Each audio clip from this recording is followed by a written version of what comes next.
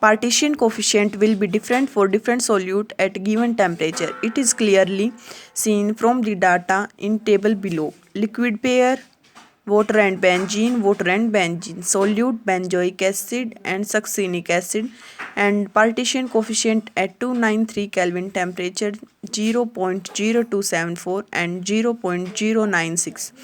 Nature of liquid pair. A given solute has partition coefficient in different liquid pairs as shown in the table below.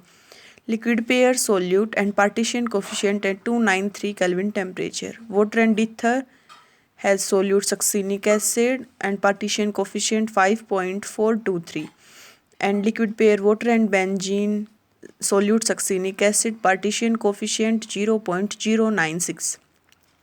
Third, temperature. The solubility of a solute in a particular solvent changes with temperature. As the temperature is changed, the solubility of a solute in a given liquid pair also changes. Therefore, the partition coefficient also changes with temperature.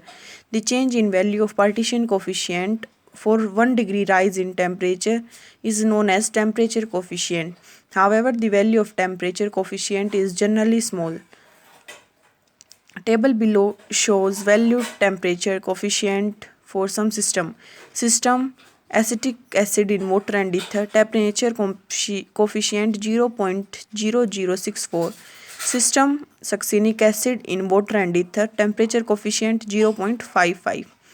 Next, experimental verification of distribution law. Solutions of iodine in carbon tetrachloride of different concentrations are shaken with water taken in different bottles. These are allowed to stand undistributed till the two layers separate out. A known volume of CCl4 layer and aqueous layer is pipetted out and titrated again. A standard sodium thiosulfate solution and the concentration of iodine is determined.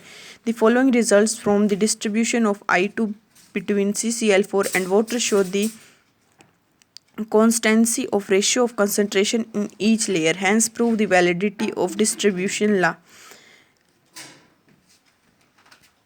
Next, condition for validity of distribution law or limitations of noneness distribution law. The distribution law in its simple form, that is K is equal to C1 upon C2, does not hold under all conditions. Some limitations and the condition under which the law is applicable are as follows. First, temperature should be kept constant. The solubility of a solute in both the liquids changes with change in temperature. This may result in change in concentration